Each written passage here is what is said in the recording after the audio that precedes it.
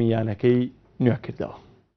یانەی ڕیال مەدرید لە کۆنگرەیەکی ڕۆژنامەوانی گرێبەستی کریستیانۆ رۆناڵدۆی ئەستێرەی یەکەم یانەکەی نوێ کردەوە بە ئامادەبوونی فلۆرنتینۆ پێرێزی سەرۆک و زۆرێک لە ئەندامانی کۆمەڵی گشتی یانەکە و ژمارەیەکی زۆر لە ڕۆژنامەنووسانیانەی شاهانەی بۆ 3 وەرزی دیکە و تا ساڵی 2010 گرێبەستی ڕۆناڵدۆی پورتوگالی نوێ کردەوە کە گرێبەستە پێشەکەی لە کۆتایی وەرزی داهاتوو تا کۆتایی داهات.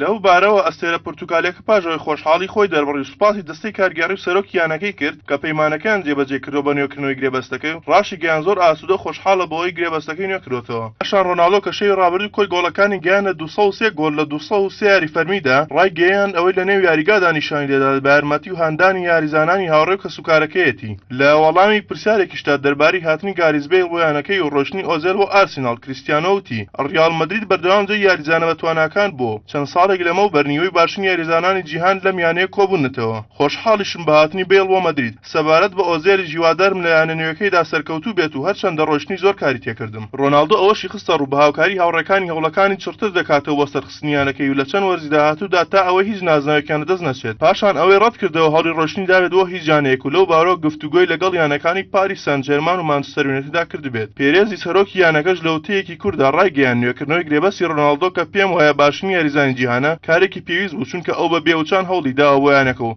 گشت تواناکانی خۆی خستۆتە کار بۆ سەرخستنی. هەمووشمان دڵخۆشین بە سەرکەوتنی گفتوگۆکان بۆ نوێکردنەوەی گرێبەستەکەی. لای خۆشیانەوە سەرچاوەکانی هەواڵ ئاشکرایان کرد ڕۆناڵدۆ وەفەی گرێبەستێنەوەیەکەی ساڵانە بڕی 18 ملیۆن یۆرۆ و موچە وەردەگرێت و بەوەش دەبێتە خاوەنی بەرزترین موچە لە خولی لالیگای ئیسپانیدا. جێی بیرهێنانەوەی ڕۆناڵدۆ 28 ساڵ کە تا ئێستا یەک جار براوی خەڵاتی تۆپی ئاڵتوونی بۆ واشنی یاریزانی جیهان لە ساڵی 2009 بە گرێبەستێکی پیاوانی و بە بڕی 94 ملیۆن یۆرۆ پاش بەسەربردنی 6 وەرز لە یانەی مانچستەر یونایتد ڕووی کردیانەی ڕیال مەدرید.